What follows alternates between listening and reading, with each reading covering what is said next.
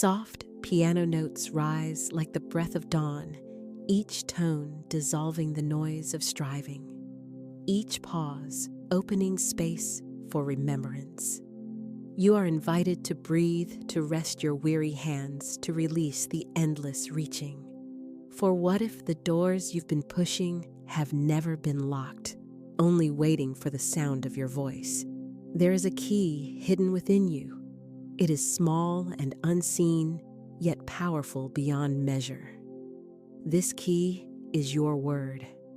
Every syllable you have spoken has been a turning of that key opening or closing invisible doors in the unseen realm. Some doors have led to joy, some to delay. But all have obeyed the law. Your word is your wand. From the beginning of time, creation has responded to voice. And God said, those were the first 3 words of manifestation.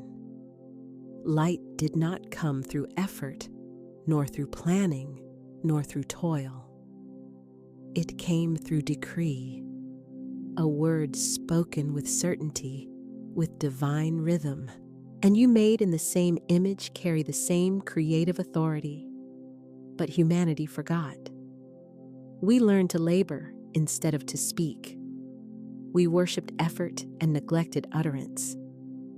We came to believe that worth was proven by sweat, that abundance was earned through exhaustion. And so we spoke small words, fearful words, doubtful words, and wondered why our fields grew thorns instead of gold. Pause now and feel this question move through you like wind through tall grass. What if your wealth has been waiting for your voice all along? You have spoken many things in your life, words of hope, words of despair, words said in passing that carried the weight of decree. Every complaint whispered was a command to delay. Every declaration of I can't was a law unto itself. But so too, every word of faith, every gentle, it is mine, has carved open pathways for light to flow. The universe is not deaf, it is obedient. It listens not to effort, but to frequency, not to striving, but to sound. And your sound is your signature in the field of creation. The word you speak from conviction becomes law in matter. This is the forgotten truth, the ancient rhythm of divine speech. You may have thought that prayer was begging, but true prayer is remembering. It is the alignment of voice and knowing. It is to speak as one who commands, not pleads. When you say, I am wealthy, the universe rearranges itself to honor your decree. When you say, I am lost, the same law fulfills that word, for it cannot discern sarcasm or fear, only vibration and authority. Listen to your own voice now in the silence of thought. What phrases have you made law without knowing it? What sentences have bound your prosperity, your joy, your peace? For as surely as every seed bears fruit, every word bears form. The harvest is not delayed. It is simply awaiting the word that calls it forth. There are no idle words. Even in jest speech creates. Even in whisper tone carries. Every syllable shapes atmosphere. You are never powerless, only unaware of your power. You have been trained to whisper limitation into an obedient universe and then wonder why doors close. But the moment you remember the law, the moment you dare to speak abundance with conviction, the locks dissolve. It is time to awaken your word. Not the chatter of worry, but the decree of divine being. Not I hope, but I declare. Not maybe someday, but it is now.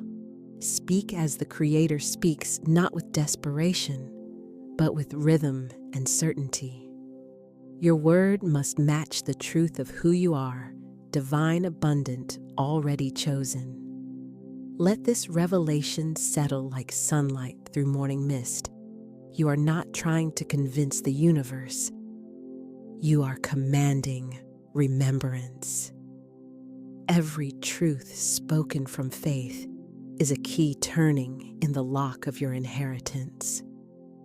Hear the piano fade into stillness, that sacred moment where the air trembles, ready to obey. Feel the ancient law rise within you. As I have spoken, so it is. Say it softly but with power. Let it move through your chest and out your lips like living fire.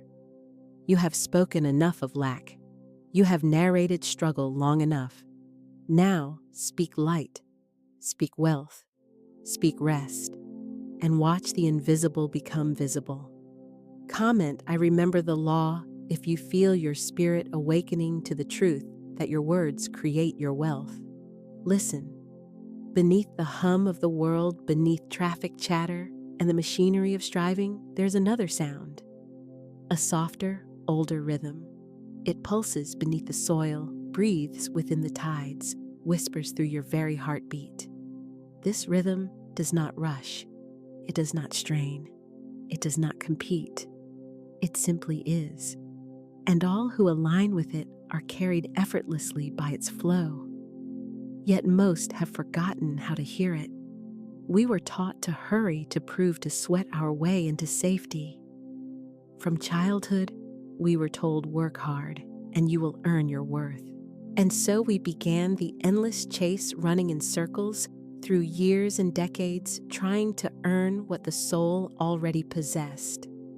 There is a myth that has held humanity captive for centuries, the myth of toil. It says that success is born of effort, that abundance is the prize for endurance, that exhaustion is a badge of virtue. But this myth was never divine. It was man-made, a cage of soundless belief. Let us listen to a story. There were two workers. Both awoke before dawn, both set their hands to build. The first labored from fear. He believed that if he stopped moving, the earth would stop feeding him. His sweat became his offering to a God he did not trust. Day after day, he said under his breath, "I must work harder." His words became chains that bound his strength, and though he built much, he gathered little. The second worker began his day the same, but before he lifted his hands, he lifted his voice. He looked upon the uncut field and said, "Every motion of my hand is blessed. The earth yields easily to my joy." His rhythm was steady, light, and sure. He worked not in panic, but in praise. And while his neighbor strained, he moved as one carried by unseen wind. In time, his fields flourished. His barns overflowed. His laughter rang louder than his labor. It was not the hands that built his fortune, but the rhythm of his words. This is the truth the world resists because it is too simple, too free. The ego loves difficulty. It thrives on struggle. It feels noble in the chase, but spirit whispers ease is holy. Grace is the natural law. To align with rhythm is not laziness, it is mastery. The universe is not a machine demanding fuel. It is an orchestra awaiting your cue. Every element, every circumstance, every opportunity, all of it is an instrument waiting for the conductor's voice. And you, beloved, are that conductor. The words you speak set tempo. The emotion you feel sets melody. The belief you hold sets harmony. When you speak from fear, the instruments fall into dissonance. When you speak from faith, the music resolves into abundance. Close your eyes and imagine this orchestra now. See the strings of circumstance, the percussion of time, the wind instruments of opportunity. Now see yourself standing before them. You hold no baton, only your word. When you say, "I am blessed," the violins lift. When you say, "It flows easily to me," the drums answer in rhythm. When you say, "I am exhausted," the music slows and falters. You are not fighting for wealth, you are composing it. Humanity has mistaken motion for creation, effort for authority.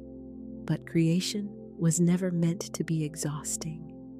Even the sun does not strive to rise. It is pulled by rhythm obedient to decree. The river does not wrestle to flow. It yields to gravity, the divine rhythm of return. So too, your prosperity flows when your words move in time with divine law. Let us unlearn the rhythm of struggle. Every I must and I should has its own discordant frequency. It commands tension. It instructs the universe to withhold ease. But every I am every it is done vibrates with divine completion. Speak only what you wish to multiply. Speak only in rhythm with truth. The myth of toil crumbles the moment you rest in faith, the moment you dare to believe that your word is sufficient, that your decree is law. The old paradigm collapses like a shadow before sunrise. The universe was never your employer. It is your collaborator. It waits for your tone, not your exhaustion.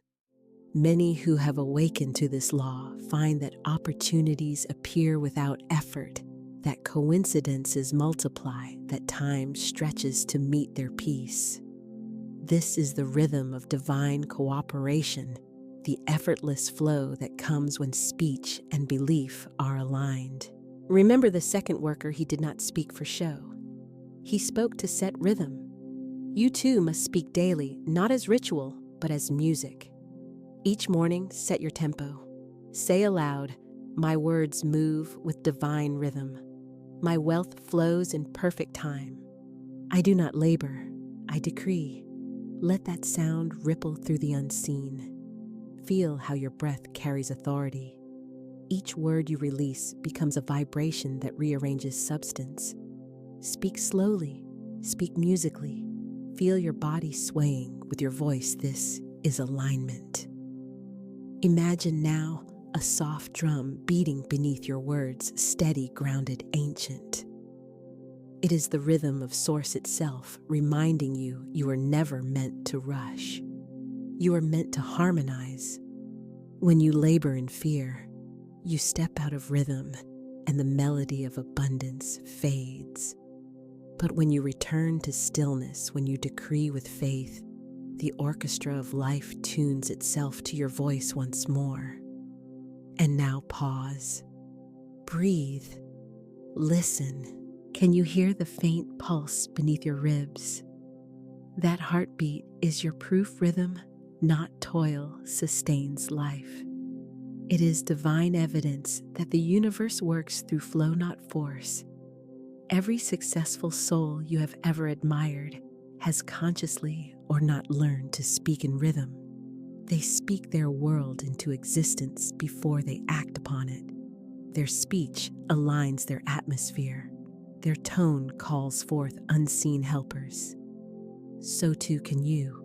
Let these words echo softly through your day. It was not the hands that built my fortune, but the rhythm of my words. Repeat them when you feel pressured to prove, to hurry, to compete. Let them remind you that what is truly yours requires no chase. Your voice is the current. Your decree is the oar. Release the myth of toil. Rest in the rhythm of truth. And let your every word become music that summons miracles. Share this if you've ever felt the pressure to work harder, but knew there must be a higher law. There is a sacred vault that has traveled with you since birth, invisible to the eyes of the world, but heavy with unclaimed gold. It does not rest in banks or buried treasure chests. It is not held in accounts or guarded by gates. This vault lives behind your lips. The lock is your silence. The key is your voice. For the money, beloved, is not in the market. The money is in the mouth. Every sound you utter shapes the flow of your provision. Every tone, every decree, every casual word, all are transactions in the unseen economy. Speech is currency, vibration is command, and your mouth is the sacred mint of creation. Listen closely to your own words. How often do you say, I can't afford it? It's too expensive. Money doesn't come easily to me. Each of those phrases carries an invoice signed by your belief delivered to the universe, paid in experience. The law does not punish, it fulfills. If you declare scarcity, it multiplies scarcity. If you decree overflow, it multiplies supply. There was once a woman who lived beneath the weight of constant lack. She worked faithfully, prayed sincerely, yet money seemed always to slip through her hands. One morning, weary from striving, she stumbled upon the teaching that your word is your wand. It struck her like lightning in the heart. She began to test it not with skepticism, but with quiet faith. Every day she stood before her mirror and said aloud, "Money loves my voice. Every word I speak opens new streams of supply. I am rich in every direction." At first, she felt foolish. Her bank account did not change overnight, but her tone did. She began to speak with rhythm, not desperation. Her words gained weight. They stopped wobbling between hope and doubt. Within weeks, small signs appeared: unexpected refunds, gifts, opportunities. Within months, her income doubled. She did not hustle harder, she spoke clearer. And one evening, as she counted her growing blessings, a phrase rose unbidden in her heart. "The money was never in the market. The money was in my mouth." This is not poetry, it is law. Your mouth is a generator of wealth because vibration precedes manifestation. The invisible must first be spoken before it becomes tangible. The word gives shape to the formless. When you speak of wealth with certainty, your sound carves channels for it to flow. Feel the vibration of your own voice. Now place your hand upon your chest and speak gently, "I am wealthy in vibration. Therefore, I am wealthy in manifestation." Do you feel the hum beneath your palm? That is the movement of power. That is creation listening. The law does not require volume, it requires certainty. Even a whisper of conviction is louder than a shout of fear. Tone matters. The universe is a perfect listener, deaf to empty words, but instantly obedient to frequency. If you speak abundance while your tone trembles with disbelief, you send mixed signals into the field. But when your tone matches truth, calm, steady, assured, the gates open wide. Your voice is not merely sound, it is substance. Every decree builds a bridge from the invisible to the visible. When you say, "I receive with ease," you are not making a wish, you are signing a contract.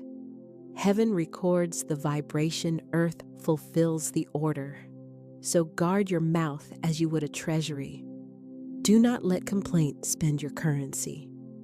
Do not let fear draft your future. Speak only what you wish to experience, and let silence cover what you do not desire. Every time you open your mouth, you stand at the altar of creation. Your words are the offerings. Your tone is the incense. Your belief is the fire that consumes and transforms. You may say, "But I have spoken good things before, and nothing changed." But did you speak as one who commands, or as one who hopes? Did you speak with rhythm or with strain? Did you speak once and doubt 10 times thereafter? The vault opens only to consistent sound. It yields to rhythm, not repetition alone. So let your words become daily breathwork, sacred exhalations of truth. When you rise in the morning, before touching your phone or your tasks, speak your wealth. Say aloud, "My voice opens my vault. Money obeys my sound. I am the frequency of supply." Repeat it not as effort, but as music. Let it roll from your tongue like honey and thunder smooth and strong. Feel the tone vibrate through your bones, for your very body is an instrument of prosperity. Pause now. Whisper the truth again, slower, deeper. My voice opens my vault. Do you feel it? That subtle shift, a warmth in the chest, a stillness behind the eyes, that is alignment. That is remembrance. You have been rich all along. You only needed to speak. So as this moment settles like gold dust upon your spirit, let the echo of your own voice be your evidence. The mouth that once spoke, struggle now decrees abundance. The breath that once carried fear now carries faith. The vault is open. The flow has begun. Speak this now with me. My voice opens my vault. Type it below to claim it. There is a language deeper than words, a vibration that precedes speech. Every creature knows it instinctively. The lion does not need to shout to command the savannah. His tone alone carries dominion. The ocean does not ask permission to rise. Its roar is law unto itself. So too, the authority of your word is not found in volume, but in tone. Tone reveals belief. A fearful tone tells the universe, I doubt this. A hesitant tone says I am not yet worthy. But a steady, grounded tone, the tone that flows from faith, commands the elements themselves. For when you speak from spiritual sovereignty, creation bows. You see, tone is the vibration of certainty. It is not something you force, it is something you remember. Authority is not learned, it is recalled. Imagine yourself in a great hall, the walls high, the air hushed. Before you stands your own reflection, a mirror of light. You have come here to speak your decree. At first your voice wavers. You whisper the words of truth, I am wealthy, I am powerful, I am divine. But the tone falters, caught between belief and doubt. Your reflection watches silently. Then it says, again. You speak once more. The tone rises stronger, truer. I am wealthy, I am powerful, I am divine. The hall vibrates. The echo returns to you, magnified deeper. Again, your reflection says once more. And now you no longer repeat words, you embody them. You speak from your belly, from the throne of your being. The sound ripples through the hall like living light. Every wall trembles in recognition. You feel it, the shift. The mirror no longer stands apart. It merges with you. You and your reflection are one voice, one decree. This, beloved, is tone. It is the difference between asking and commanding, between hoping and knowing. When the king enters his hall, he does not beg his throne to remember him. He commands it not in arrogance, but in alignment. The chair was built for him. The scepter already belongs to his hand. Likewise, the realm of wealth and opportunity awaits your tone of authority. You need not shout into the heavens.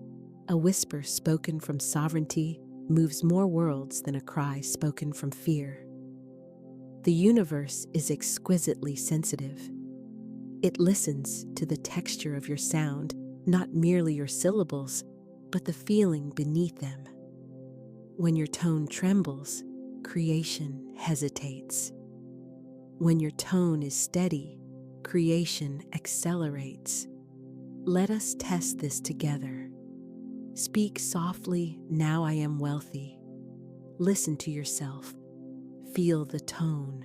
Does it rise from your heart or from your throat? Does it ring with peace or with uncertainty?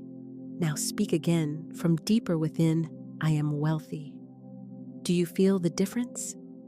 That second voice, the one that came from stillness, carries authority. It vibrates with knowing. That is the voice of divine decree.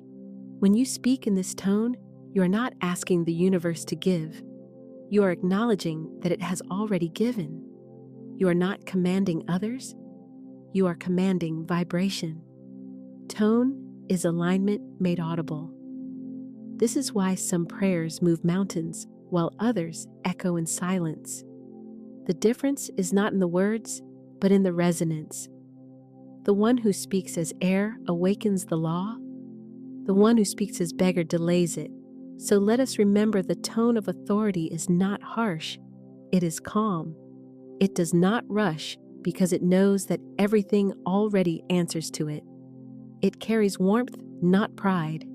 It invites, yet insists. When Florence Scovel Shinn said your word is your wand, she spoke not only of language, but of tone. The wand does not strain to cast its spell, it simply channels power. Likewise, your tone channels divine energy. Begin practicing this sacred art. Each morning, stand before a mirror. Look into your own eyes. Do not flinch, do not rush. Breathe. Then say slowly, I speak with authority. I decree from love. My tone commands wealth, peace, and order. Notice how your voice shifts as confidence rises. You are not creating authority, you are remembering it. The tone of fear contracts. The tone of authority expands. When you speak from fear, the air tightens. When you speak from authority, the air moves. You can feel it shift. Speak to your finances, your opportunities, your home. Speak as one who knows. Say money come forth, peace be still. Doors open, not with strain, but with rhythm and warmth. The world will mirror your tone. If you speak with doubt, you will meet resistance. If you speak with assurance, life will echo back your calm command. The spiritual sovereign knows this tone is law in sound form. It does not beg, it directs. It does not plead, it arranges. When Jesus said, Lazarus, come forth, he did not hope. He spoke from the tone of certainty. When Moses declared, let my people go, he did not tremble. His tone carried the vibration of divine order. That same authority lies within you. Feel it now, not as arrogance, but as reverence. You are not the origin of this power. You are the vessel. The tone of authority is the voice of spirit through you. Speak aloud with slow conviction. My tone carries divine authority. My words command manifestation. My voice is law unto my world. Let it vibrate through your bones. Hear your own resonance. The more you practice this tone, the more your atmosphere will shift. People will feel it when you enter a room. Circumstances will soften at your command. You will no longer chase outcomes. You will summon them. Pause now. Breathe deeply. Feel how the air responds when you inhale, it obeys. Feel how the sound of your exhale fills the space it claims. You have always been powerful. You are only remembering the sound of your own dominion. Record yourself speaking your declaration. Listen to the power in your tone. The mirror is waiting. The hall is within you. Speak and know that all creation listens. Soft harp strings shimmer like dawn on water. The air feels gentler now, as though creation itself leans closer to listen. You have spoken your word. You have remembered your tone. Now it is time to remember who speaks. You are not a servant begging at the gates of fortune. You are not a stranger to wealth, nor a wanderer searching for scraps of grace. You are an heir born of divine lineage, carrying the seal of infinite inheritance. All that the Father hath is already yours.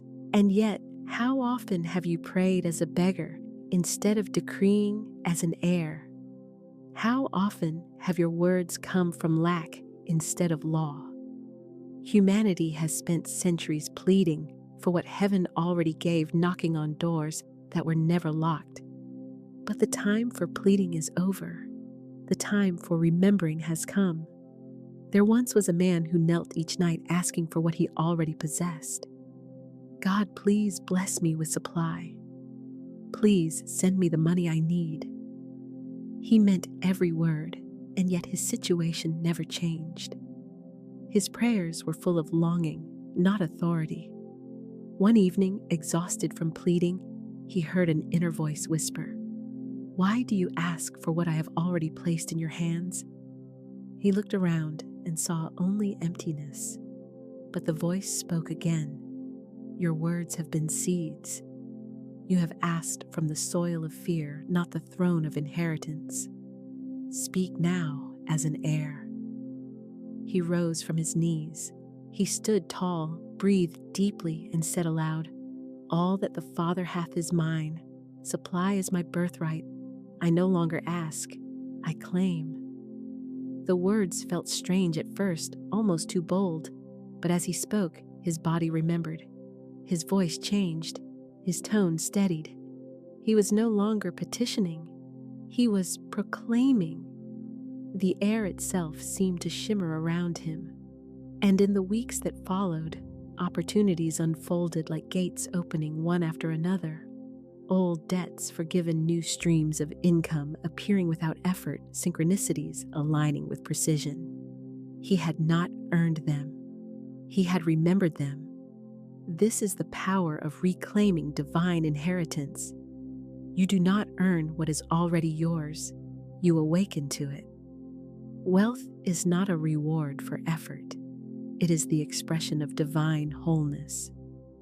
Abundance is not something you chase. It is something you unveil. When you align your word with truth, the invisible inheritance begins to take form. You are not meant to live as a spiritual orphan scrounging for signs of favor. You are the child of infinite source, clothed in creative authority. The vaults of heaven are open, but they respond not to begging hands, only to believing speech. There is a sacred difference between saying, "Please give," and saying, "I receive." One vibrates with fear, the other with faith. The beggar doubts the giver. The heir trusts the lineage. And here is the eternal promise, "Son, thou art ever with me, and all that I have is thine." Do you feel the tenderness in those words? The law is not distant. It has never withheld from you. You have never been denied, only delayed by disbelief. Pause for a moment and feel this truth like sunlight resting on your skin. Every resource, every connection, every opportunity that seems outside you already exists within the field of your inheritance.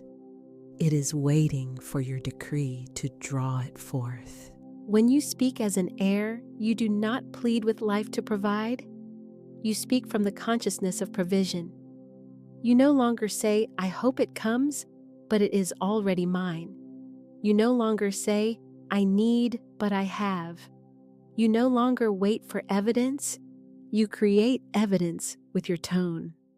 Let us test this in your spirit now. Whisper, "I am the heir of divine abundance." Feel how those words move through your body. The air shifts around you. The old frequency of struggle begins to dissolve. The voice of the beggar grows faint. The voice of the air rises in rhythm. Now speak again stronger. "I do not ask for my inheritance, I claim it. I do not beg for supply, I awaken it. I am heir to the infinite." Do you feel it? That resonance of power wrapped in peace, that is your true sound. It does not shout, it knows. You see, the universe responds to identity before it responds to request. If you speak from the posture of lack, even beautiful words carry the vibration of need. But when you speak from identity, from the certainty that you are divine offspring, your decree becomes irresistible law. The heir does not doubt the will of the Father. He simply walks in its fulfillment. Let the imagery take shape before you imagine a vast estate, golden fields stretching beyond sight, the sky luminous with promise. At the gates stands a figure weary from years of asking to enter, unaware that the keys have hung at their own neck the entire time. You are that figure. And now you are remembering the key. Step forward. touch the gates. They open at your approach. Every field you behold, peace, prosperity, love, opportunity, already bears your name. You do not have to earn them. You only have to speak them alive. Whisper again with reverence, all that the Father hath is mine. You are not stealing from the divine, you are fulfilling it.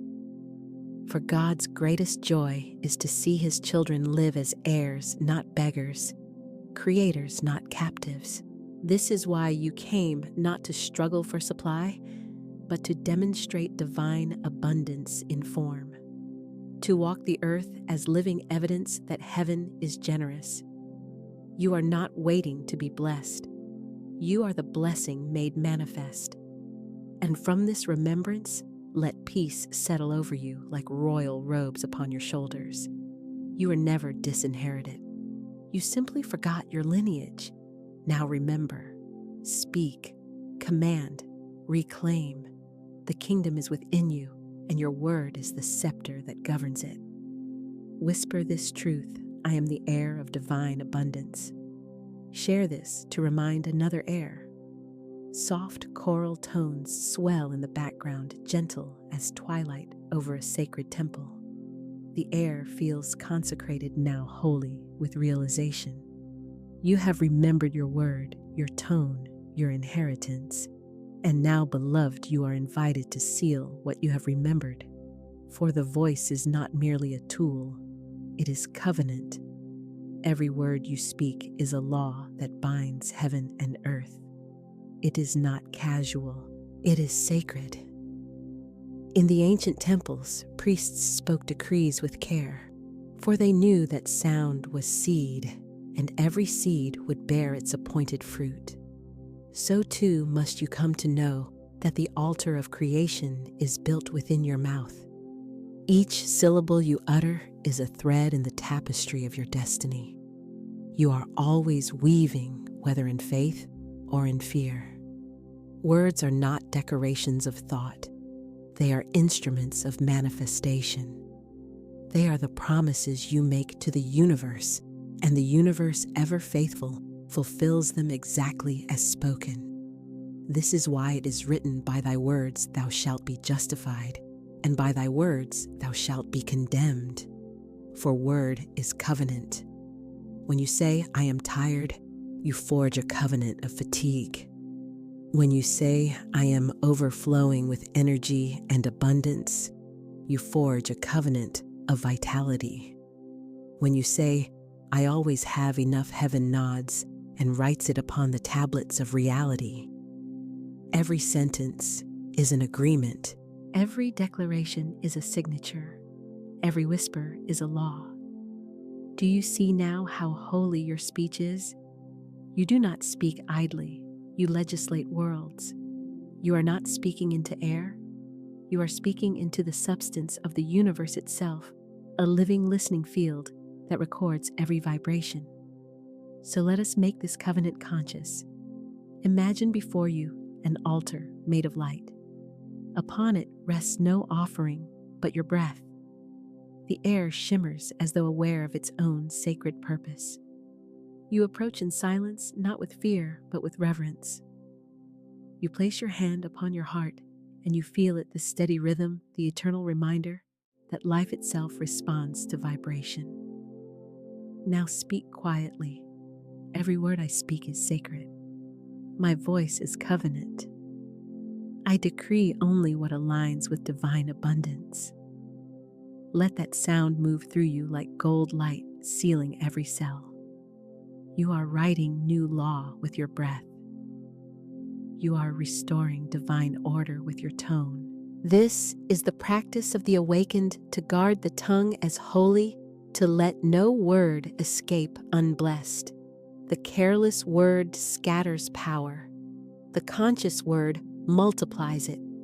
You have spent much of your life unaware that you are writing contracts with your voice, but awareness changes everything. From this moment forward, you may choose to speak only those words you wish to live. If you desire wealth, speak only as the wealthy speak. If you desire peace, let no complaint find home in your mouth. If you desire love, let your tongue become honeyed with kindness. Guard your speech as you would guard your crown. Each word is a jewel, each phrase a promise. This is not suppression, it is sovereignty. It is not silence born of fear, but speech born of mastery. You may ask, what if I make mistakes? What if I slip into old patterns? But the covenant is mercy as much as it is law. When you catch yourself speaking lack, simply cancel it. Speak aloud, I revoke that decree. Then replace it with truth, I speak only abundance. The universe does not punish error. It honors correction. It rearranges itself instantly when you restore your word. You are learning to wield power with love. You are learning that every phrase is prophecy. In this awareness, you are no longer the echo of the world's fear. You are the voice of divine order.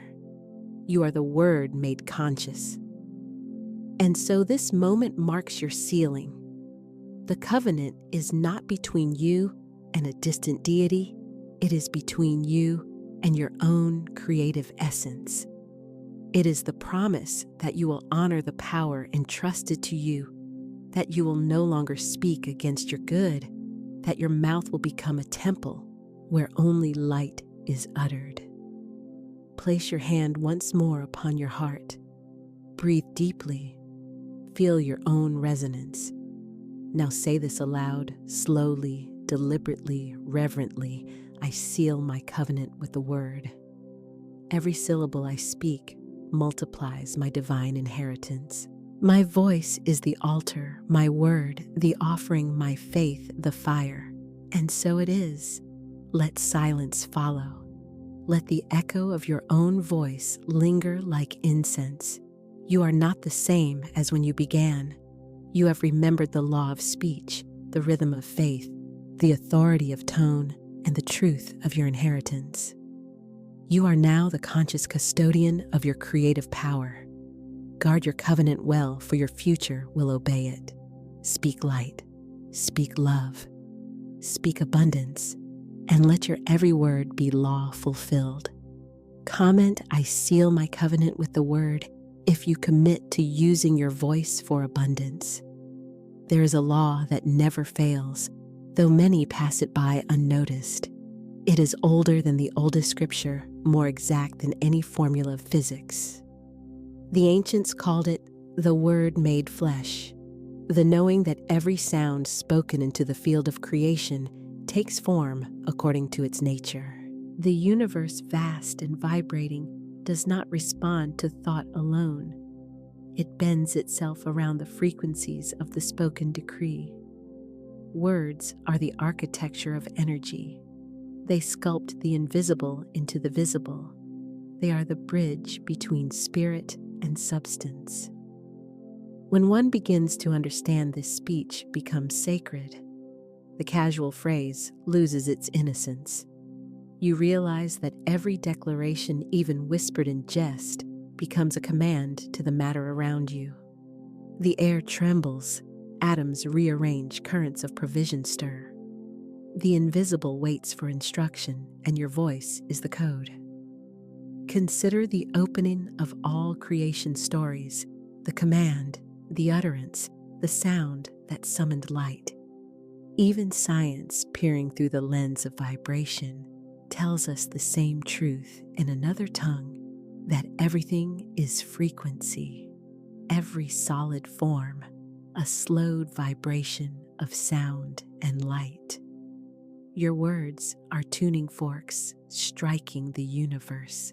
Each decree sends a wave through the unseen sea of energy, and the wave always returns multiplied. Pause here and let that truth settle. Every sound you release returns to you multiplied. A woman once told me of the moment her entire financial life turned on a single sentence. For months, she had spoken lack. I can't get ahead. There's never enough. The words were not complaints, they were decrees. The universe, obedient as ever, matched her pitch. Then, one morning, standing at her sink, She said out loud, almost as a sigh, "I am done with struggle. I call forth divine provision in perfect order." The air seemed to change. Within days, a forgotten client paid a long overdue bill, an opportunity opened, and flow began again. It was not chance, it was law. Her vibration shifted and matter responded. Your own life waits for such a shift. The law of the spoken word is impartial. It serves whoever uses it consciously or unconsciously. When you speak in harmony with divine law, you align your vibration with order, abundance, and health. When you speak against it in fear, resentment, or disbelief, you scatter your creative power. The universe does not punish, it simply mirrors. Think of two tuning forks on a table. Strike one, and the other begins to hum at the same pitch. This is resonance. Your decree is the first fork, the universe the second. Whatever note you sound, creation must echo. When you declare, "I am supplied, guided, and supported," you are not hoping for it, you are setting the frequency to which the unseen must conform. This is why in moments of distress, silence is wiser than careless speech. Many undo their prayers with their afterwords. They affirm abundance in the morning, then lament their bills by afternoon. The rhythm collapses, the vibration cancels itself. But one who understands the law holds their tongue until harmony returns. They speak only when the heart is steady and faith has the upper hand. The tongue is the conductor's baton of the symphony that is your life. It signals the instruments of circumstance to rise or fall, to enter or to cease. Each word is a note, each sentence a score written into the fabric of your days. When you change your speech, the entire composition of your reality begins to retune. A man once decreed, "I live under divine economy, where every need is met before I speak it." He said it daily, not with strain, but with quiet certainty. Within months, his failing business steadied debts resolved, and he found himself guided toward new channels of prosperity. He had not merely repeated words, he had sounded a frequency that repatterned his life. The law does not require loudness or eloquence, it requires alignment. Even a whisper, when saturated with belief, carries power beyond measure. The most potent prayers are often the simplest. Let there be light. Peace, be still. I am provided for. In these few words lies the creative rhythm of the universe. As you read these lines, let them become living vibration within you. Speak slowly, feeling the tone of each syllable. I speak in harmony with divine law. Feel how the body relaxes when truth is uttered. The cells understand it. They remember the original order. Speech was given to humankind as the means to direct energy. Use it consciously, and your environment begins to mirror your decrees. There is nothing mystical about it once understood. Sound waves move through matter. Intention gives them direction. The same principle that shatters glass with resonance can dissolve the hard crust of limitation. The moment you affirm, "I am open to divine supply," you send a signal through the invisible lattice of possibility. Doors swing open because you have struck the right note. Hold this awareness gently, like a flame cupped in your hands. Guard your speech as sacred fire. Every complaint cools it. Every affirmation brightens it. There is no neutral word, each one leans toward creation or decay. When you awaken to this, you begin to live as a conscious creator, no longer a victim of random circumstance. So we practice speak deliberately. Pause before each declaration. Feel the vibration ripple through your chest, out into the air. Know that the word has already begun to take form. Say softly, I speak in harmony with divine law. Let the sentence become a rhythm of breath. Let it replace worry, doubt, and fear. In that moment, the invisible world listens and answers in kind. Every sound you release returns to you multiplied. Rhythm is the hidden architecture of creation. Every sunrise, every tide, every heartbeat keeps faith with the same unseen pulse. Life itself moves in cycles, and the spoken word, to hold its power, must follow that same divine cadence. One decree is a spark, but rhythm turns the spark into flame. Consistent speech establishes a permanent vibration, one that the universe can learn, memorize, and respond to unfailingly. You have spoken a decree before, perhaps once, perhaps with great emotion, and wondered why nothing seemed to change. But creation does not always yield to a single strike.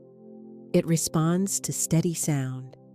As the drum teaches the dancers their steps, so does rhythm teach reality how to move in harmony with your word. Imagine the rhythm of the ocean. The tide does not rush forward in impatience nor withdraw in despair.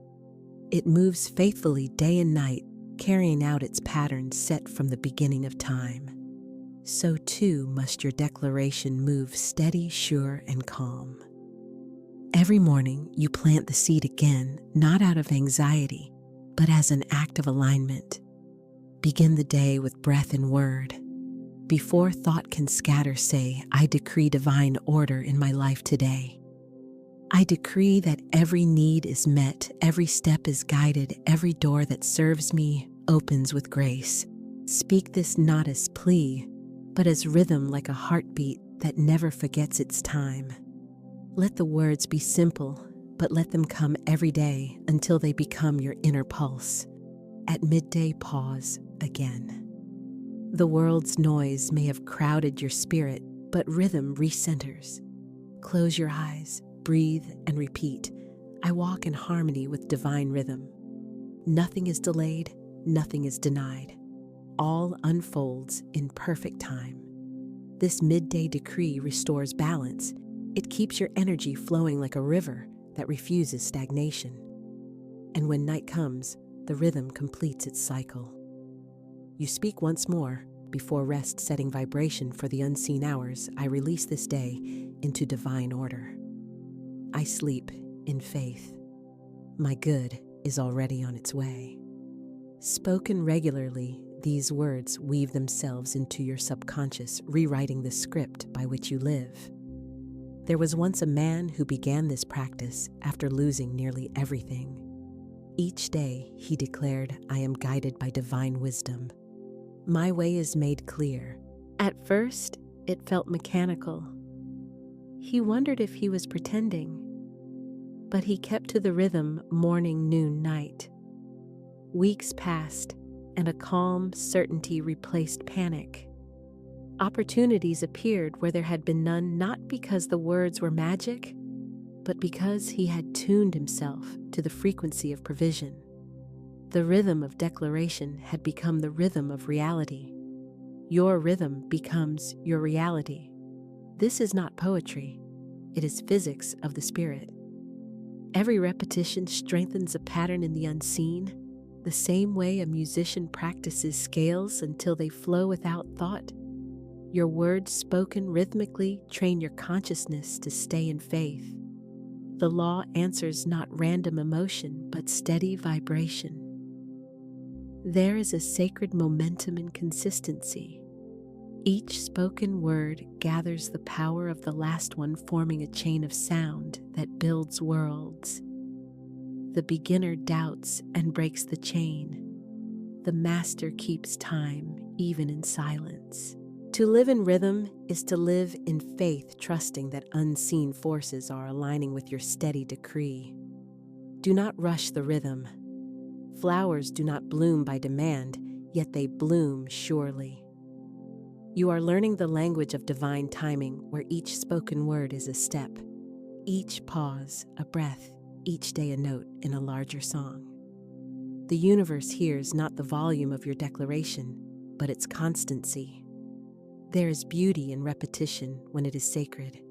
Every dawn says light return. Every heartbeat says life continues. So your daily decrees echo the Creator's own rhythm, persistent, faithful, alive. Each time you speak truth, the field of creation harmonizes a little more with your intention. If you miss a day, do not fall into guilt. Guilt breaks rhythm faster than silence. Simply begin again. Rhythm is forgiving. It welcomes you each time you return to the beat. The power lies not in perfection, but in persistence. A woman once told me her story. For years, she said affirmations sporadically, usually when fear pressed hard. She compared it to watering a plant once and expecting full bloom. Then, she chose rhythm. Each morning, she stood at her window and said, "I live under divine law of abundance. My supply is constant." Each night, she whispered gratitude. In 3 months, unexpected money began to arrive, small at first, then steadily. Her faith had finally found a rhythm the universe could recognize. You may notice that the act of daily decree changes you more than it changes your circumstances. Speech in rhythm purifies thought, settles emotion, clears confusion. The steady tone of truth dissolves the static of doubt. Over time, you realize that the rhythm is not something you perform, it becomes the sound of your own being. Let this be your gentle rule. I decree daily, rhythmically, faithfully. Say it now. Let the words fall into step with your breath. The decree is not about forcing change, but aligning with eternal motion. The rhythm that turns the planets also governs your prosperity. When your speech keeps time with that pulse, nothing can hinder what is already yours. Your rhythm becomes your reality. Every law has its saboteur, and the law of the spoken word is most often broken by the tongue itself. We do not fail for lack of power, but for lack of discipline in speech. The mouth that declares abundance in the morning often curses its own field by afternoon. It is not malice, but habit, unconscious phrasing that leaks energy, weakens rhythm, and bends vibration toward lack. To master divine law, you must listen to your own language. There are phrases so familiar that we no longer hear their weight, yet each one is a decree. Each one either multiplies or diminishes. Let us uncover 5 common offenders, not to judge them, but to free you from their hidden cost. The first phrase is, "I can't afford it." It sounds practical, responsible even, but it writes poverty into the subconscious. Each time it is spoken, it confirms separation from supply. A woman once told me she longed for travel, but always sighed, "I can't afford to go." One day she caught herself and changed it to, "I choose to align with divine provision for this desire." Within weeks, she received an unexpected invitation to a conference abroad, all expenses paid. The difference was not money, it was decree. Replace "I can't afford it" with, "If it is mine by divine right, it comes easily and joyfully." The second phrase is, "That never works for me." Spoken with frustration, it locks the past into the future. You make yourself a prisoner of your old pattern. A man once said this about every opportunity that came his way. When asked if he had ever tried expecting success, he laughed. But when he began affirming, "Everything I touch prospers in divine order," things shifted. His first attempt under this new declaration succeeded not by luck, but by law. The universe can only deliver what you say you are ready for. The third phrase, "I hope it works." Hope, when used as a plea, is a whisper of doubt disguised as faith. To hope is to stand outside the door wondering if it will open. To decree is to walk through knowing it already has. One student replaced that sentence with, "It always works for me because I work in harmony with divine law." Soon she noticed that her luck improved everywhere parking spaces. Phone calls clients because she had moved from hope to certainty. The fourth phrase, "I'm trying." The universe does not respond to effort, it responds to vibration. To try is to announce partial commitment. It is the language of hesitation. A gardener who tries to plant will never taste the harvest. Speak instead, "I am doing it, and divine order supports me." One small shift, but it tells the field that you are already in motion, and the field rushes to meet you. The fifth phrase, "That's just how it is." This sentence is the lullaby of resignation. It closes the door on transformation. To say it is to hand your creative authority to circumstance. A woman who used to say it about her debt began instead to declare, "Everything is subject to divine adjustment. My finances reflect divine order now." Within months, the impossible payment plan rearranged itself through grace. The world changes when you stop saying that it cannot. These phrases are tiny leaks in the vessel of faith. Each one dilutes the potency of your decree.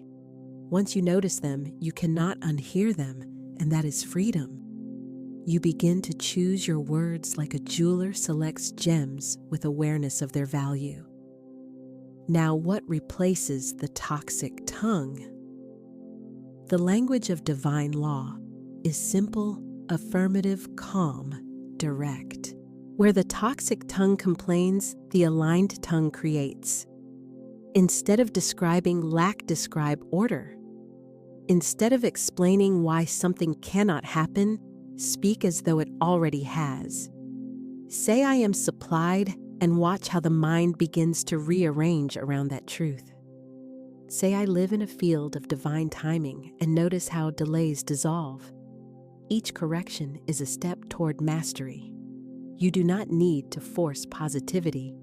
You need only to stop contradicting yourself. Humor helps. When you catch yourself saying, "I can't afford it," laugh gently and say, "Cancel. I speak abundance." Laughter resets vibration faster than guilt. The law does not punish error. It simply mirrors whatever you send. So send something worthy of return. Words are not mere sounds, they are patterns of light. Imagine that each word you speak paints the atmosphere around you. The toxic phrases cloud the air. The aligned ones clear it. You walk through the weather you create. When your speech becomes pure, your environment brightens in response. Let this become your quiet practice. Listen more than you speak. Feel the weight of words before you let them go. Each morning, set the intention, "My tongue is aligned with truth." Each night, review your phrases gently without judgment, only awareness. The goal is not perfection, but alignment. You will notice over time that your outer world becomes calmer. Money begins to flow, relationships ease, ideas come clearly. It is not that life has changed, first your language has. The toxic tongue once broke the rhythm. Now your words conduct harmony again. Now let us rewrite your speech. Take one phrase you are ready to release, perhaps one that has followed you for years. Say it silently, feel its weight, and then declare the replacement aloud. For example, change. "I can't afford it too."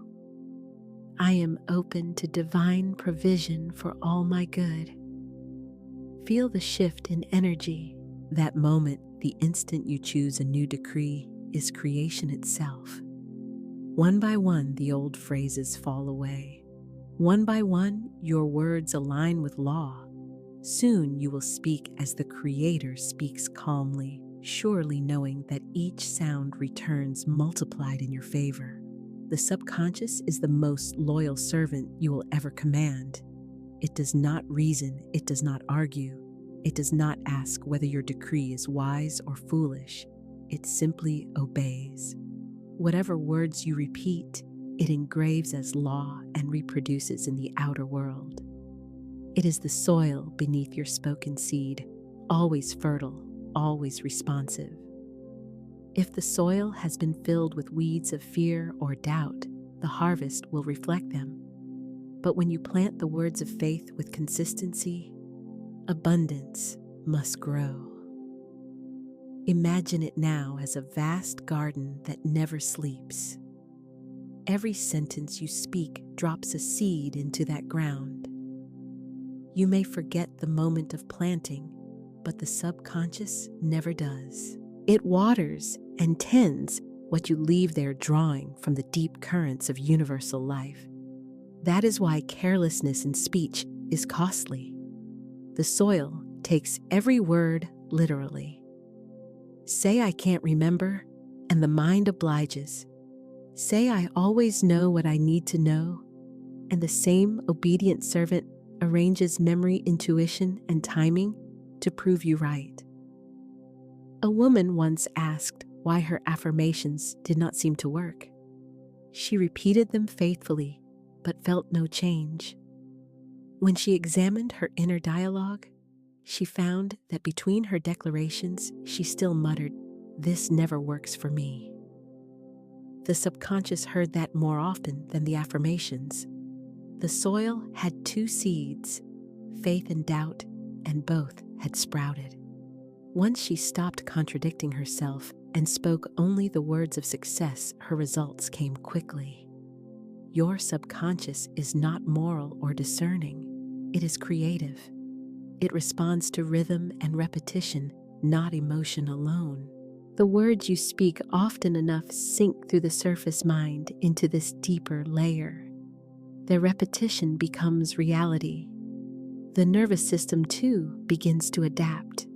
The body does not know the difference between an external event and a well-spoken decree.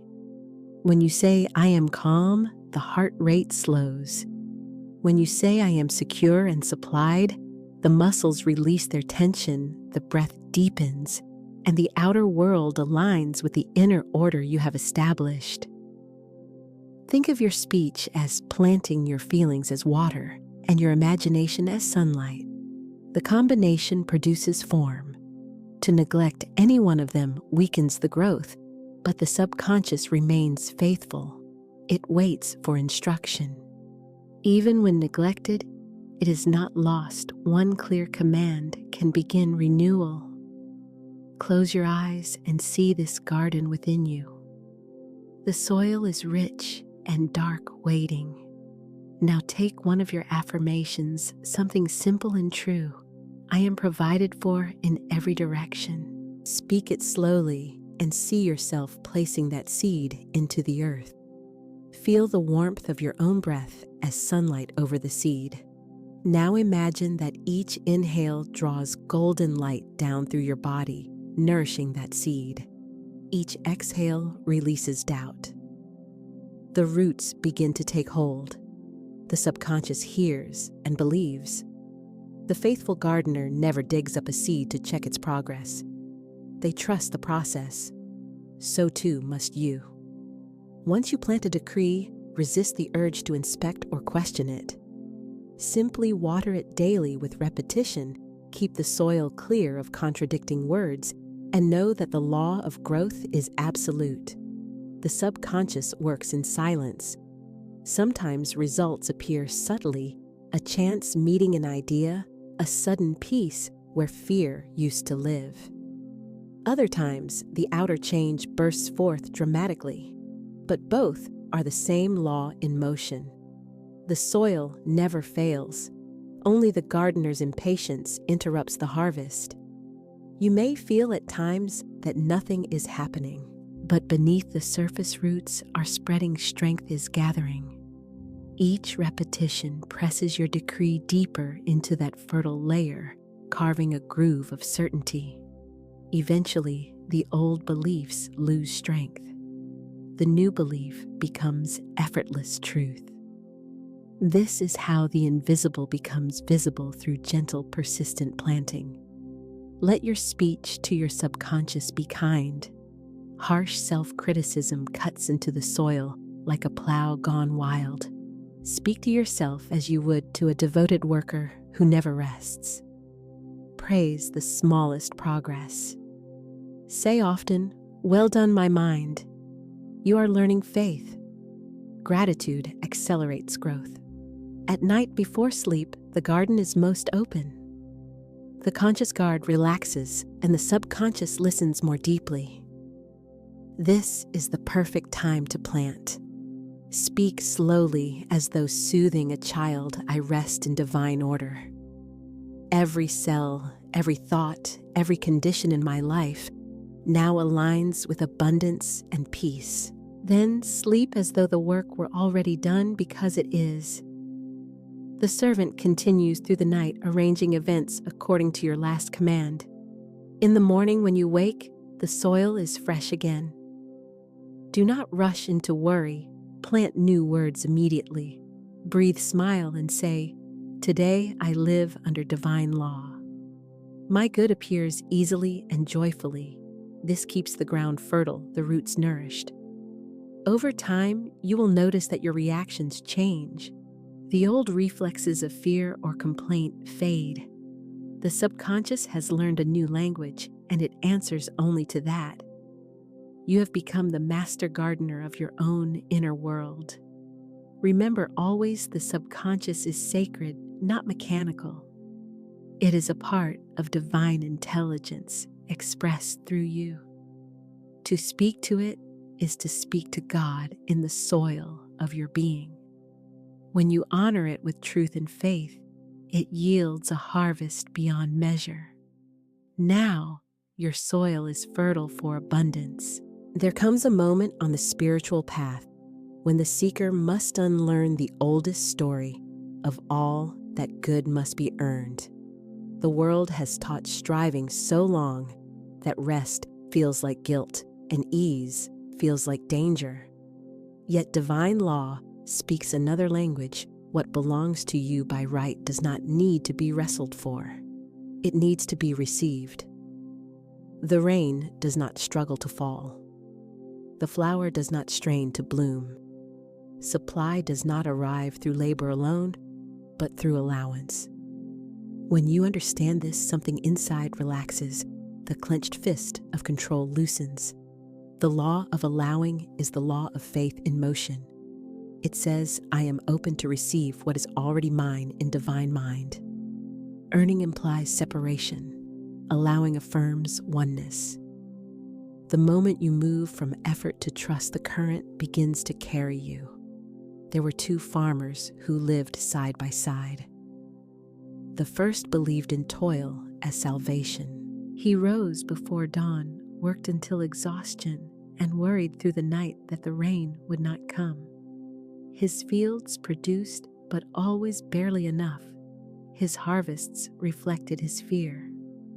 The second farmer rose with the same sun, but before he lifted a tool, he stood quietly and said, "The same intelligence that grows the grass grows my crops. I do my part. The law completes the rest." He worked with ease, rested when tired, and never doubted the outcome. In time, his harvest overflowed. The same soil, the same season, different spirit. Allowing is not laziness, it is alignment. It does not deny action, it sanctifies it. When your effort comes from rest, it carries the power of divine flow. When it comes from fear, it drains itself quickly. True prosperity requires both seed and surrender. You may notice that your body knows the difference. When you say, "I must make this happen," tension gathers in your shoulders, the breath becomes shallow. But when you say, "I allow divine order to move through me," the heart expands. That relaxation is not weakness. It is the signal to the universe that you are ready to receive. The current can finally reach you. There was once a woman who worked endlessly, believing she had to prove her worth to receive. Every affirmation she spoke carried a whisper of struggle. When she finally stopped and said, "I am willing to be cared for," tears came. In that release, her phone rang a new opportunity, unexpected and graceful. Nothing magical had occurred, except that she had ceased to resist the flow already moving toward her. Earning is rooted in the belief that supply is outside of you. Allowing begins with the knowing that supply is an extension of you. When you earn, you chase what you already possess. When you allow, you make room for it to appear. Look at the river. It moves not by pushing itself forward, but by surrendering to gravity, the invisible law that guarantees its motion. Faith is that gravity. When you trust divine law, you are carried effortlessly to your good. Still, the mind protests. It has been trained to measure value by sweat. It asks, "If I stop striving, will everything fall apart?" The truth is, much of what collapses when you release control was never built on law to begin with. Let it fall. Only what is sustained by divine rhythm will remain. Rest is not idleness. It is participation in a greater current. When you rest, you affirm that creation continues even when you do not watch. Every Sabbath, every breath is a reminder that life fulfills itself through you, not because of you.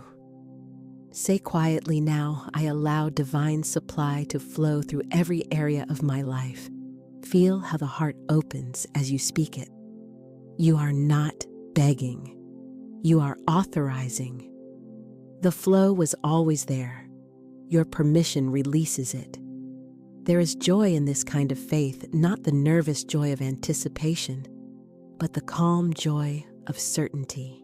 It is the joy of the branch that knows the vine will provide sap, of the child who knows the sun will rise.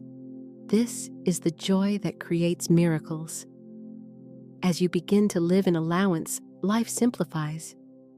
You find that opportunities arrive without force, solutions appear without strain. You act when guided and rest when finished. The rhythm of the universe becomes your rhythm. Time itself seems to stretch. There is enough for everything. Many fear that allowing will make them passive, but true allowing is the opposite. It keeps you alert, ready to respond to divine impulse. You do not withdraw from life. You engage it more fully without the drag of fear. You move from anxious effort to inspired action, the kind that accomplishes in an hour what striving cannot in a month. Think of the farmer again. The first one worked against the law, believing he alone sustained the crop. The second worked with the law, knowing he was part of something larger. Both labored, but only one lived in peace. You are meant to be the second farmer. You are meant to rest in the confidence that the rain knows when to fall, the earth knows when to yield, and your desires know how to manifest when you cease to interfere. When guilt arises, and it will speak gently to it, I release the belief that effort equals worth. I am worthy because I am. This is the heart of allowing. From this place, work becomes worship, rest becomes renewal, and wealth becomes the natural echo of peace. Allowing restores the original rhythm between you and Source. You were never meant to chase abundance. You were meant to recognize it as your native climate. When you sit quietly, when you stop demanding and begin receiving, you rejoin that climate. Breathe and say it once more, letting each word settle deeper. I allow divine supply to flow. The striving ends, the soil drinks the rain has come. Money was never meant to sit on a throne. It is a messenger, a courier, a loyal attendant to divine purpose. You are the ruler, it is the servant. The confusion of the age has reversed this order, and in the reversal, fear was born. People bow to the very thing created to obey them. They chase it, worry over it, and in doing so, they forget their position in divine hierarchy. The law is simple: whatever you fear becomes your master.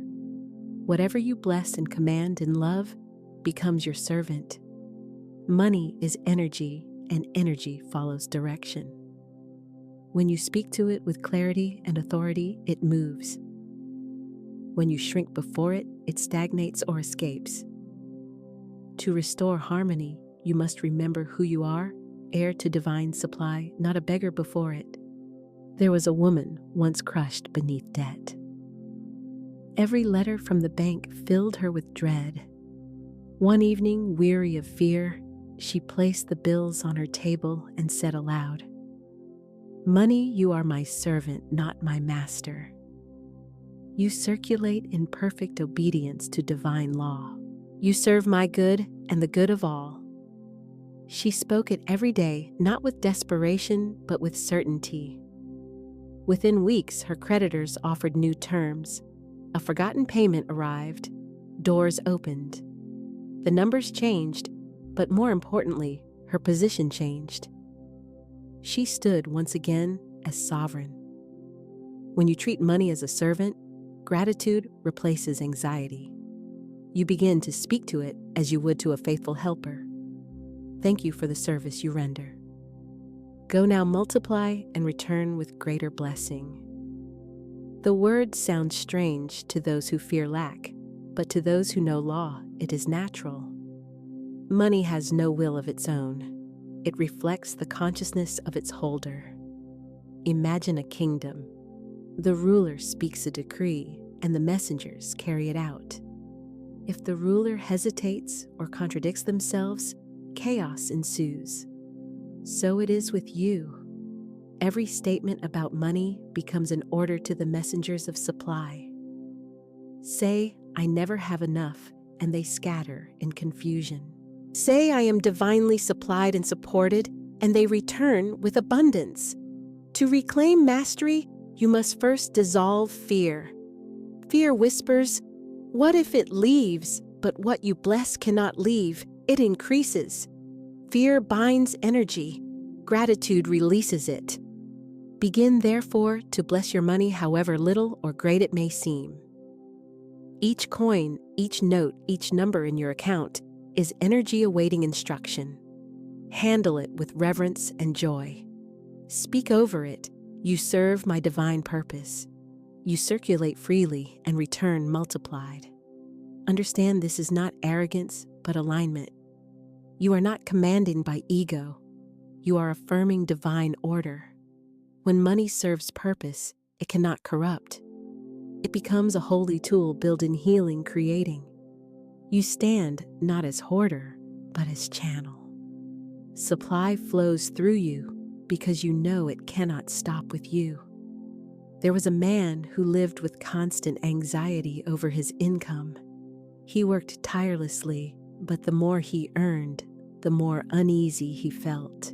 He feared lost theft change. One day, he realized he had made money his god. He decreed, "I now dethrone money. I serve divine law. Money serves me." He began blessing every payment he made. "I send you forth in joy. Return with friends." Slowly, peace replaced panic. His earnings grew, but more importantly, his freedom returned. To live by this law is to live in confidence. You no longer measure your worth by possession, but by consciousness. You know that if every coin vanished, new channels would appear because supply follows your decree, not your bank balance. This awareness is true wealth. Speak to money often not as plea, but as partnership. When you pay a bill, say, "Thank you for the service rendered." You return to me multiplied. When you receive income, say, "Welcome, faithful servant." Fulfill your purpose and circulate with grace. This keeps the flow alive. Stagnation comes from fear. Movement comes from trust. Money is not the source of greed or virtue. It is neutral. In wise hands, it builds temples, feeds families, funds art. In fearful hands, it becomes a weapon. The difference is consciousness. As sovereign, your decree shapes its destiny. There will be moments when the old fear tries to rise the reflex to count clutch or worry. In that instant, speak again the truth. Money, you serve my divine purpose. Say it slowly 3 times until your breath steadies. You are not praying to money. You are reminding yourself of law. The servant obeys the heir. Remember also to rest your command in gratitude. Authority without love becomes tyranny. Love is what keeps command pure. When you bless money for the good, it enables you align with divine generosity. The more joy you feel in its circulation, the more freely it returns. Think of yourself now as a ruler standing in a wide hall of gold light. Around you are currents of energy, some in the form of money, others as ideas, opportunities, people. They await instruction. You lift your hand and decree, all that serves my divine purpose come forth and manifest now. All that does not dissolve in peace. The energy moves instantly, arranging itself in perfect order. This is not fantasy. It is spiritual law. Fear will try to test you, whispering that the world does not work this way. Smile and answer. The world follows the one who knows their word is law. For so it is. Speak often with calm authority. Money, you serve my divine purpose. Speak it when you wake, when you work, when you give, when you receive.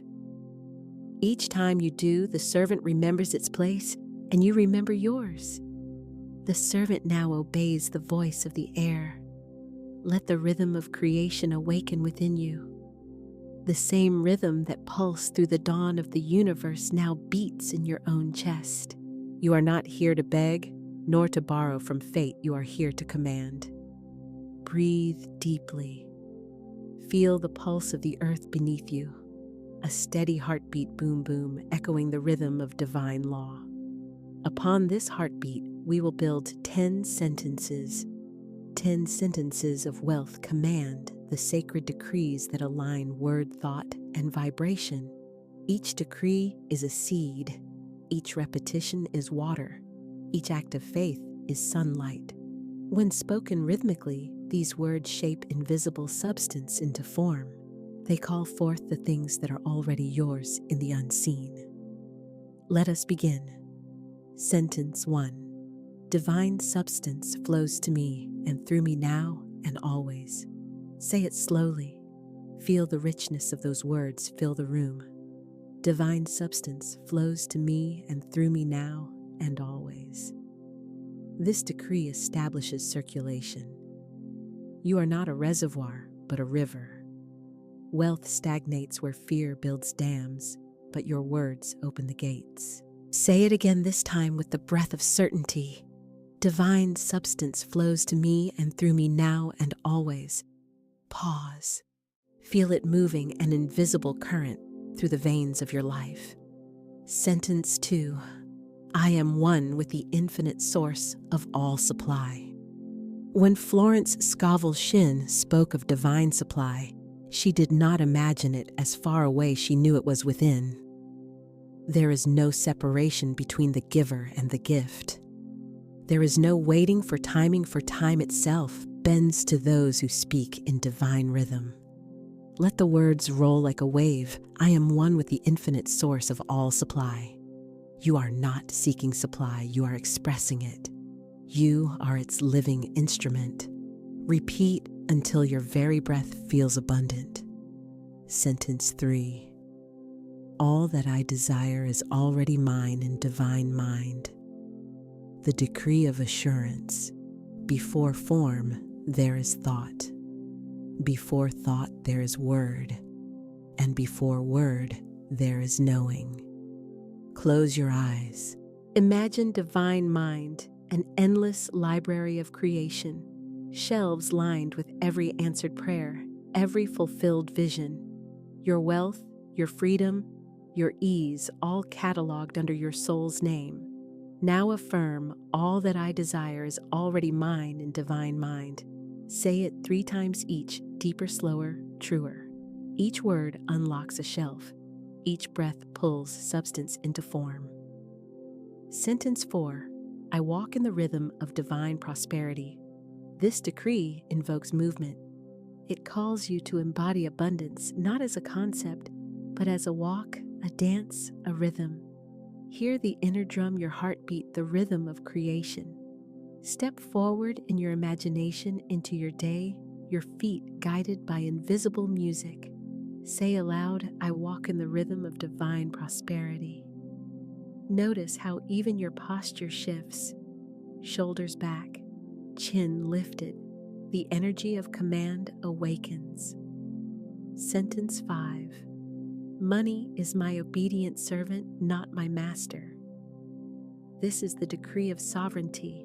Money is not a ruler. It is a messenger. It arrives when summoned by right word, right faith, right purpose. You are not under its rule. It is under yours. Say with clarity as one speaking to a loyal servant, money is my obedient servant, not my master. Then pause. Feel the peace that follows authority rightly claimed. Every coin, every note, every digital number in your account, obedient to divine order through your spoken word. Sentence 6. Unexpected riches appear before me in perfect ways. This decree calls for surprise blessings, divine arrangements the mind could never calculate. When spoken in faith, this word moves unseen agents, opens invisible doors, connects unseen networks. Say with joyful expectancy, unexpected riches appear before me in perfect ways. Let delight rise. You are not chasing riches, you are magnetizing them by the vibration of joy. Sentence 7. Every bill is a divine opportunity to prove abundance. This decree turns fear into fuel. When an invoice or statement arrives, you no longer shrink, you smile. It is not demand, it is demonstration. It proves you are trusted by the universe to circulate wealth. Say with power, every bill is a divine opportunity to prove abundance. Let the words dissolve worry. You are in the flow, not losing, but circulating divine energy. Sentence 8. My voice is a vault. I speak gold into existence. Now the decree of sacred speech. Your tongue is the key. Your words, the gold. Each syllable you utter carries creative voltage. Say slowly, like unlocking a hidden chamber. My voice is a vault. I speak gold into existence. See it, each word, leaving your lips like golden light, shaping, forming, creating. This is the heart of the teaching. You do not ask, you declare. Sentence 9. I am the living proof of divine wealth. This is the decree of embodiment. It shifts you from believing to being. You are no longer reaching toward prosperity. You are prosperity in motion. Stand tall. Let your presence speak wealth before your words do. Then say it gently but firmly. I am the living proof of divine wealth. Let this be your new identity. Every action you take, every choice you make, echoes it. Sentence 10. It is done. It is sealed. It is so. This is the final seal, the decree of completion. With these words, the circuit closes. Heaven and earth agree. The invisible becomes visible. Say with finality, like a king sealing a decree, it is done. It is sealed. It is so. Now silence. In that silence, creation rearranges itself around your command. These 10 sentences are not merely words. They are living frequencies. When spoken rhythmically daily with reverence and certainty, they rewire the consciousness from scarcity to sovereignty. Speak them upon waking. Speak them before rest. Speak them when fear tries to whisper. And the rhythm will remember you. You may write them down, post them where you see them daily, but most importantly, speak them aloud, for the word is the wand of power. Now take a breath. Let your spirit ask which decree moved you most deeply, which one resonated through your bones as truth. When you know, type it below, claim it publicly. For every public word of faith becomes a ripple of demonstration. Your decree will awaken another voice. Type the decree that resonated most with you below, claim it publicly. It is not something you visit once and leave behind, but a living pulse that carries you through the hours of your day. When decree becomes daily practice, life becomes sacred ceremony. Morning, noon, and night are no longer just times, they are thresholds. At each threshold, the word waits for your voice. Let us walk together through a full day of divine command, a day of rhythm, of light, of remembrance.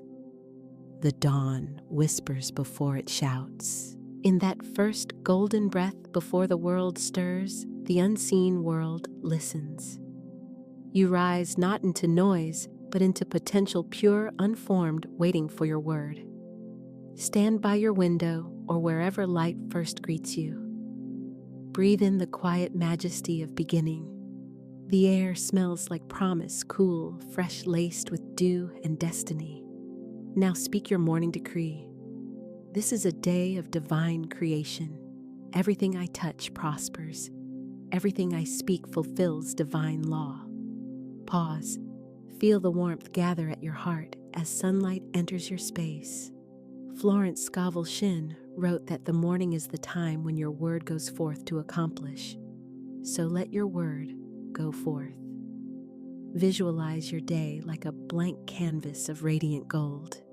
With your voice, paint upon it strokes of clarity, abundance, grace. Each sentence becomes a color, each affirmation a brushstroke. Say softly with rhythm, divine substance flows to me and through me now. I walk in the rhythm of divine prosperity. Let the phrases fall like music steady as you're breathing. The rhythm forms alignment. Alignment invites manifestation. As you prepare for your day dressing, moving, stepping into motion, imagine your body cloaked in light. Your garments are not fabric, but frequency. Every movement declares, I am ready for wealth to recognize me. Before you step out the door, seal the morning with this whisper. The divine goes before me, making easy and successful my way. And so, creation begins. Now the sun is at its height. The day hums with activity, motion, noise, energy. Here, the spiritual task is different. Morning is creation, but midday is command. You pause even for a moment, a breath between tasks. In that pause, you remember who you are. You are not tossed by the current. You are the current.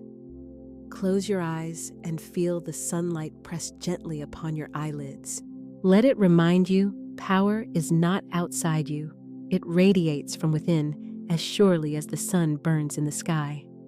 Now speak your midday decree. I command this day to unfold in perfect alignment with divine order. Every action I take multiplies good. Money is my obedient servant, not my master. Feel the authority of these words. They do not beg, they declare. They do not hope, they know.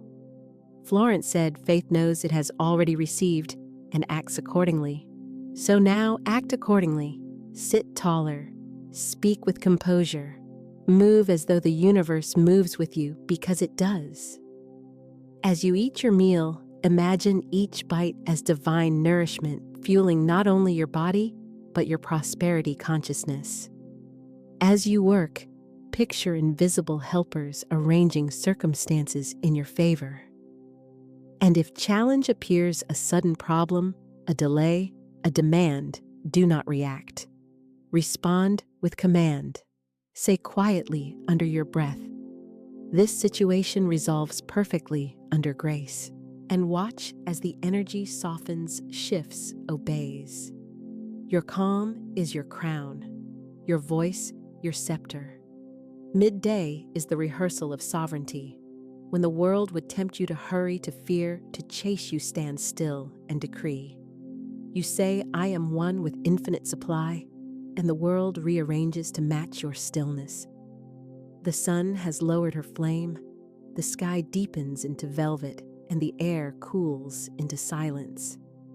This is the hour of completion. You have created, you have commanded, now you seal. Night is not the end, it is the sacred return. Before rest, find stillness, a soft chair, a quiet bed, or a candle's flame. The mind may still hum with the day's echoes, but let the breath slow it down. Inhale peace, exhale release. Then speak your night decree, I rest in divine assurance. All is complete. All unfolds in perfect order. Pause. Feel the weight of peace settle around you. You are no longer striving. You are resting in the truth that your words are working while you sleep.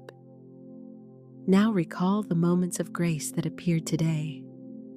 The smile from a stranger, the idea that sparked the call that came at the right time. Whisper softly, thank you, Infinite Spirit. I see your hand in all things. Gratitude seals the law. It is the sound of a door closing behind you, locking in your good. If worry tries to return before sleep, answer it with the final decree of the night. It is done. It is sealed. It is so. Then silence. Let that silence be holy, for it is the silence where substance becomes form. This is the daily rhythm of command. Morning for creation, midday for authority, night for gratitude and peace. Each hour holds its song. The harp of dawn calls you to imagine. The drum of noon calls you to command. The choir of dusk calls you to surrender and seal. Let this rhythm become your life's heartbeat. Soon you will not need to remember when to decree. Your very breathing will do it for you. And when others ask, how did you change your life? You will smile and say, I changed the rhythm of my speech. Now write it into your being. Speak it aloud. Morning, noon, night, I decree. Then let your voice echo through the unseen. Set your daily rhythm. Comment, morning, noon, night, I decree. There is a saying among the wise, words become worlds. But until you have seen a world shift beneath your own spoken decree, the truth of that phrase remains an echo. Let me tell you the story of one who saw it, one who went from empty hands to overflowing, from doubt to demonstration. Her name was Ilara. In the beginning, she was weary of lack, that slow ache of never enough. She had studied the words, listened to the teachings, even whispered affirmations before bed. But still, the same letter would arrive each month, another bill, another reminder that fear was running the kingdom of her mind. One evening, under a dim lamp and a half-empty cup of tea, she whispered, if words are power, why hasn't mine worked? And somewhere, a deeper voice within her replied, because you have been pleading, not commanding. It was then that she found the teaching of the 10 sentences of wealth command. She decided, not hoped, not wished, but decided that for 30 days she would live by them. Not as ritual, but as rhythm. Not as superstition, but as law. Day 1. She rose before the sun and spoke aloud, divine substance flows to me and through me now and always. Her voice trembled, her lips felt dry. The sound seemed to vanish into the air, but she kept going. She spoke the next sentence, then the next, until her small room seemed to hum. By noon, something subtle had shifted, not outside, but within. She noticed how she walked differently down the street. She met the eyes of strangers. She felt, if only faintly, rich. That night, she whispered, "It is done. It is sealed. It is so," and slept as if watched over by angels. Day 7. Her rhythm had deepened. The decrees no longer sounded foreign. They rolled like heartbeat and breath. While others rushed to work, she paused each morning to command her day. At first, nothing miraculous appeared, yet her atmosphere grew lighter, magnetic. Opportunities that once seemed locked away began to shimmer near the edges of her world. On the 8th day, a message appeared in her inbox. A client from years ago, long silent, wished to rehire her for a project. "I don't know why," the message read, "but your name came to mind so strongly this morning." Ilara smiled. She whispered, "Divine substance flows to me and through me now and always." Day 14. She had begun to play with rhythm, speaking each decree to the beat of her own footsteps. Every step became an affirmation. "I walk in the rhythm of divine prosperity." She walked to the market with only a few coins in her pocket, but she carried herself as if the entire street were her kingdom. The grocer, noticing her glow, handed her a basket of ripe fruit. "Take these, they were extra," he said. She laughed softly. She knew nothing was extra. It was demonstration. She walked home whispering, "Unexpected riches appear before me in perfect ways." Day 21. Her relationship with money had changed. When bills arrived, she no longer shrank. She touched each envelope and declared, "Every bill is a divine opportunity to prove abundance." That week, when she opened one envelope marked past due, she saw instead a note paid in full. The system, she learned later, had corrected itself in her favor. She wept not from disbelief, but recognition. It wasn't the correction that amazed her. It was the precision of divine timing. The universe had waited until her words matched her vibration. Day 30, the end of her first full cycle. She stood again at dawn, the same window, the same light. But this time, she was different. Her posture spoke command. Her gaze spoke certainty. She whispered the 10 sentences not as hopes, but as realities in progress. That very afternoon, she received an invitation, a partnership one that promised expansion far beyond her small business. The same week, an inheritance surfaced from a forgotten family account. In 30 days, her financial reality had transformed. But the true miracle was not the money, it was her voice. Ilara had found the rhythm of divine speech. She had discovered that wealth is not achieved, but spoken into existence. Every decree was a key, and each key unlocked a new room in the palace of her life. One evening, as she reflected on her journey, she wrote in her journal, "At first, I thought I was commanding wealth, but I see now wealth was commanding me to rise." She smiled, closed the book, and whispered into the quiet night, "My voice is a vault, I speak gold into existence." The words glowed in her chest like a lamp, and from that moment on, she never again used her voice carelessly. Her story spread, one person telling another, like sparks leaping from heart to heart. And soon others began their 30 days. They too saw the unseen hand move. Jobs returned, debts dissolved, ideas birthed income. Each testimony sang the same refrain: "When I stopped asking and started declaring, everything changed." And so it is. The law of demonstration is impartial. It waits for command. It does not favor one person over another. It answers only to faith, and faith speaks in certainty. Ilara's story is your mirror. You stand now where she once stood, on the edge of your own testimony. The question is not if it will happen. The question is, Will you speak until your voice remembers who it is? Speak daily. Walk as though the rhythm of prosperity beats beneath your feet. Let the words fill your world until lack has no place to echo. When your miracle arrives, and it will share it. For testimony is seed, and every word of faith spoken publicly multiplies the field. There comes a sacred moment when one voice becomes many, when a single decree once whispered in solitude rises as a symphony.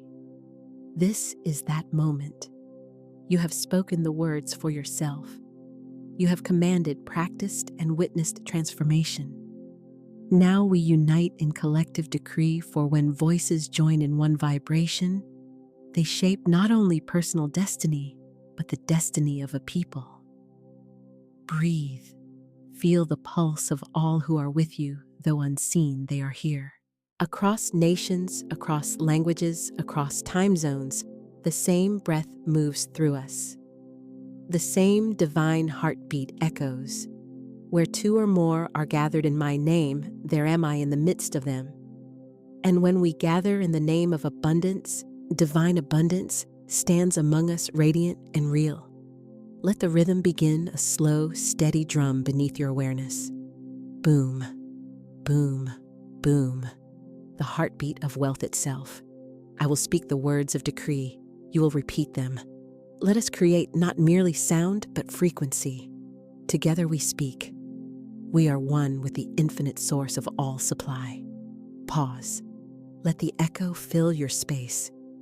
Imagine voices multiplying thousands, millions, each one a thread of golden sound, weaving a net of light around the earth. Again, stronger. We are one with the infinite source of all supply. The energy rises. The rhythm quickens. You can feel it now, wealth as movement, not matter.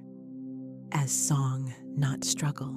Now decree divine substance flows to us and through us, enriching all it touches. See rivers of luminous gold streaming through cities, through homes, through hearts. No one hoards, nothing stagnates. Everything circulates in divine order. Repeat, divine substance flows to us and through us, enriching all it touches. Let that word flows become real in your breath, moving outward like wind through leaves. Abundance is motion. Prosperity is participation. Now the decree of restoration. Every nation, every family, every soul remembers divine provision. Feel that ripple. Across lands once divided by scarcity and fear, harmony begins to hum again. Children are fed, homes are safe. The earth is healed by gratitude. Say it again. Every nation, every family, every soul remembers divine provision. And so remembrance becomes reality. Now decree the restoration of value. Money returns to divine order. It serves love, it serves good, it serves all. Hear that truth resound like a temple bell. The vibration of greed dissolves. The rhythm of generosity replaces it.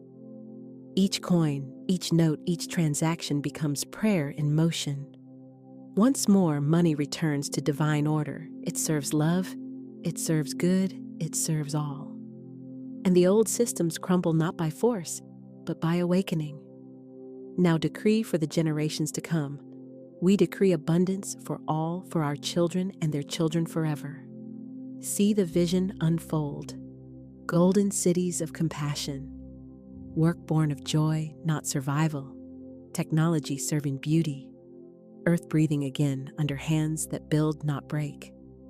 Again, with conviction, we decree abundance for all, for our children and their children forever. This is the collective covenant of prosperity. It is written not on stone, but in the living substance of sound. Now decree the sanctity of speech. Our voices are sacred. Our words create worlds. Hear the echo return, a great ocean of sound responding. Yes, and so it is. Every decree spoken in love multiplies itself across time.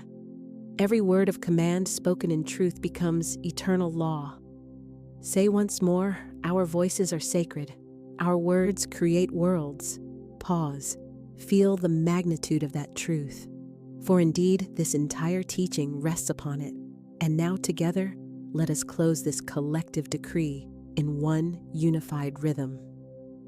You may whisper, you may speak aloud, or you may simply feel the vibration within. We are one with infinite supply. We are the rivers through which divine substance flows. We command prosperity for every willing soul. We speak life, and life answers. It is done. It is sealed. It is so. Hold silence. In that silence, hear the choir of unseen voices repeating the same words. Hear Florence herself smiling through the ages whispering, "Thy word is thy wand." Let the echo ripple outward until the earth itself hums with the decree. This is the collective decree of wealth, not a prayer of request, but a proclamation of remembrance. Abundance is not something we earn. It is something we remember and express together. And so we leave this moment unified, countless hearts, one sound, one rhythm, the sound of divine supply made manifest. Now, before we seal this block, take one more breath and make your public declaration, for to speak is to seal right. We decree abundance for all to expand this wave. And now, beloved traveler of the word, we come to the sacred. Close the place where sound becomes silence and silence becomes seed. You have spoken the 10 sentences of command. You have walked the rhythm of day and night. You have witnessed testimony and joined the collective decree of wealth. Now it is time to renew the covenant, the sacred agreement between your soul and the infinite. Close your eyes. Imagine before you a vast temple, ancient, luminous, alive. Its walls shimmer not with stone, but with sound. Every column hums with the vibration of words once spoken in faith. You step forward barefoot across a floor that gleams like still water. Each footstep ripples light. This is not a place outside you, it is within you. The air is rich with golden fragrance. Incense rises the scent of frankincense, myrrh, and morning sunlight. And at the temple center, a great altar stands pure white, veiled in radiance. Upon it lies the book of your word, every decree you have spoken inscribed in living light. This, dear one, is your record, your covenant, your creative signature in the language of spirit. You approach it now, slowly, reverently. You place your hand upon it, and the pages turn themselves, revealing the first sentence you ever spoke in faith. The ink glows. The letters lift like embers and dance in the air. You whisper softly, "Every word I have spoken in faith lives forever." The temple responds a low hum, like the universe breathing agreement. Now hear these words within.